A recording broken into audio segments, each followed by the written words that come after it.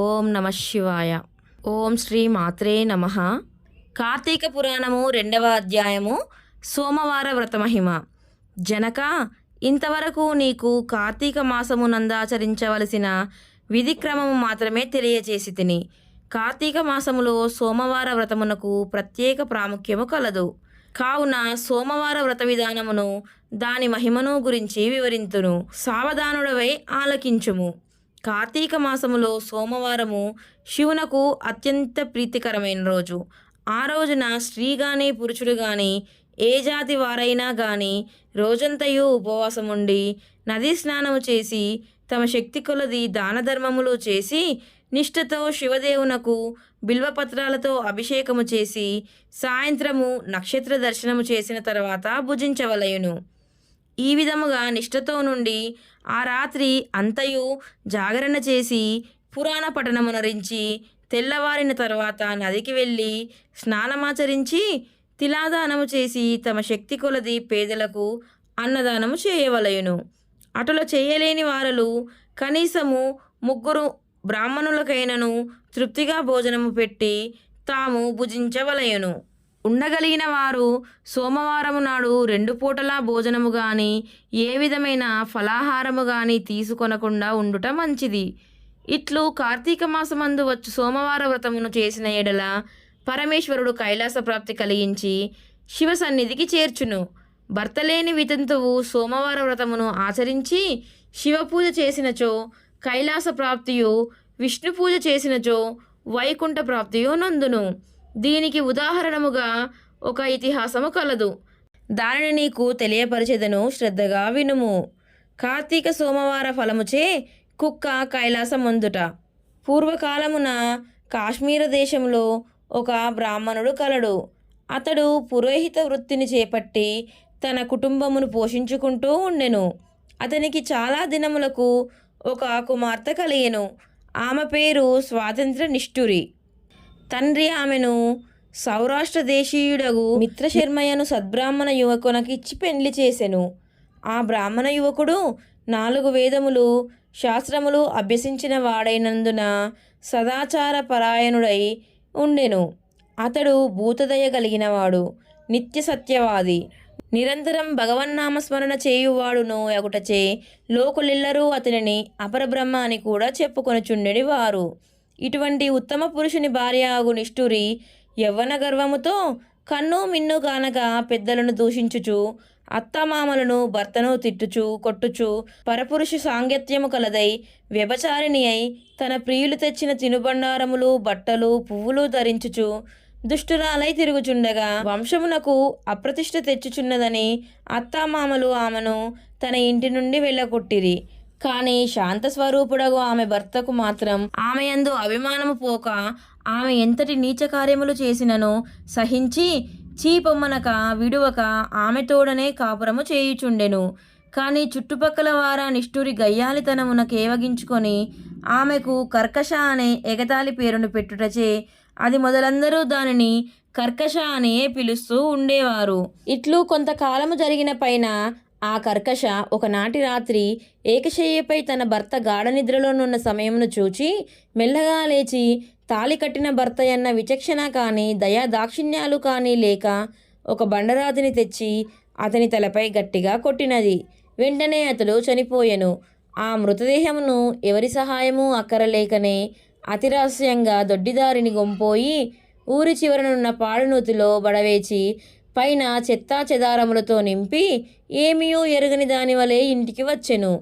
ఇక తనకు ఏ ఆటంకములు లేవని ఇంకా విచ్చలవిడిగా సంచరించుచు తన సౌందర్యం చూచి ఎందరినో క్రీగంటనే వశపరుచుకొని వారల వ్రతమును పాడు చేసి నానాజాతి పురుషులతోడను రమించుచు వర్ణ సంకురాలయ్యెను. అంతేకాక పడుచు కన్యలను భర్తలతో కాపురము చేయుచున్న పడుచులను తన మాటలతో చేరదీసి వారికి కూడా దుర్బుద్ధులు నేర్పి పాడు చేసి విటులకు తార్చి తనాచన కూడా చేయసాగెను. జనకరాజా, యవ్వన బింకము ఎంతో కాలముండదు కదా, కాలమొక్క రీతిగా నడవదు. క్రమక్రమముగా ఆమెలోని యవ్వనము నశించినది. శరీరమందు మేహవ్రణములు బయలుదేరినవి. ఆ వ్రణముల నుండి చీము రక్తము రసికారుడ ప్రారంభమయ్యెను. దానికి తోడు శరీరమంతా కుష్ఠవ్యాధి బయలుదేరి దుర్గంధము వెడలుచున్నది. దినదినము శరీర పటుత్వము కృషించి కురూపి అయి భయంకర రోగములతో బాధపడుచున్నది. ఆమె యవ్వనములోనుండగా ఎన్నో విధాల తృప్తి కలిగించిన విటులు ఏ ఒక్కరూ కూడా ఇప్పుడు ఆమెను తొంగి చూడరైరి. ఆ పరిసర ప్రాంతానికి వెళ్ళిన ఎడల తమ నెటరైనను పలకరించుచునే ఆ వీధి మొగమైనను చూడకుండిరి. కర్కశ ఇటుల నరక బాధలను అనుభవించుచు పురుగుల పడి కొంతకాలమునకు చనిపోయినది. బతికినన్నాళ్ళు ఒక్కనాడైనా పురాణ శ్రవణమైనను చేయని పాపిష్టురాలు కదా. చనిపోయిన వెంటనే భయంకరులైన యమభటులు ఆమెను కొంపోయి ప్రేతరాజగు యముని సన్నిధిలో నుంచగా యమధర్మరాజు చిత్రగుప్తుల వారిచే ఆమె పాపపుణ్యముల జాబితాను చూపించి, భటులారా, ఈమె పాపచరిత అంతింత కాదు. వెంటనే ఈమెను తీసుకువెళ్ళి ఎర్రగా కాల్చిన ఇనుప స్తంభమునకు కట్టుబెట్టుడు అని ఆజ్ఞాపించెను. విటులతో సుఖించినందులకు గాను యమభటులు ఆమెను ఎర్రగా కాల్చిన ఇనుప స్తంభమును కౌగిలించుకోమని చెప్పిరి. భర్తను బండరాతితో కొట్టి చంపినందుకు కాను ఇనుప గదలతో కొట్టిరి. పతివ్రతలను వ్యభిచారులుగా చేసినందుకు సలసలా కాగిన నూనెలో పడవేసిరి. తల్లిదండ్రులకు అత్తమామలకు అపకీర్తి తెచ్చినందుకు సీసము కరిగించి నోటిలోనూ చెవులలోనూ పోసి ఇనుప కడ్డీలు కాల్చి వాతలు పెట్టిరి. తుదకు కుంభీపాకమను నరకములో వేయగా అందు ఇనుప ముక్కులు కల కాకులు, విషసర్పాలు, తేళ్ళు, జెర్రులు కుట్టినవి. ఆమె చేసిన పాపములకు ఇటు 7 తరాల వాళ్ళు అటు 7 తరాల వాళ్ళు నరకబాధలు పడుచుండిరి. ఈ ప్రకారముగా నరకబాధలను అనుభవించి కడకు కళింగ దేశమున కుక్క జన్మనెత్తి ఆకలి బాధపడలేక ఇల్లులు తిరుగుతుండగా కర్రలతో కొట్టువారు కొట్టుచు, తిట్టువారు తిట్టుచు, తరుమువారు తరుముచూ ఉండిరి. ఇట్లుండగా ఒకానొక నాడొక శ్రోత్రియ బ్రాహ్మణుడు కార్తీక సోమవార వ్రతమాచరించి ఉపవాసముండి సాయంత్రము నక్షత్ర దర్శనము చేసి బలి అన్నము నరుగుపై పెట్టి కాళ్ళు చేతులు కడుగు కొనుటకై లోనికి ఎగిన సమయమున ఈ కుక్క వచ్చి ఆ బలి అన్నమును తినెను. వ్రతనిష్టాగరిష్ఠుడైన ఆ విప్రుని పూజా విధానముచే జరిపించిన బలి అన్న మగుట చేతను ఆ రోజు కార్తీక మాస సోమవార మగుట వలను కుక్క ఆ రోజంతయు ఉపవాసముతో ఉండుట వలనను శివపూజ పవిత్ర స్థానమైన ఆ ఇంట దొరికిన ప్రసాదము తినుట వలనను ఆ శునకమునకు జన్మాంతర జ్ఞానం ఉద్భవించెను. వెంటనే ఆ శునకము, విప్రకులోత్తమ, నన్ను కాపాడము అని మొరపెట్టుకొనెను. ఆ మాటలు బ్రాహ్మణుడు ఆలకించి బయటకు వచ్చి చూడగా కుక్క తప్ప అన్యులెవరూ లేనందున లోనికి ఎగెను.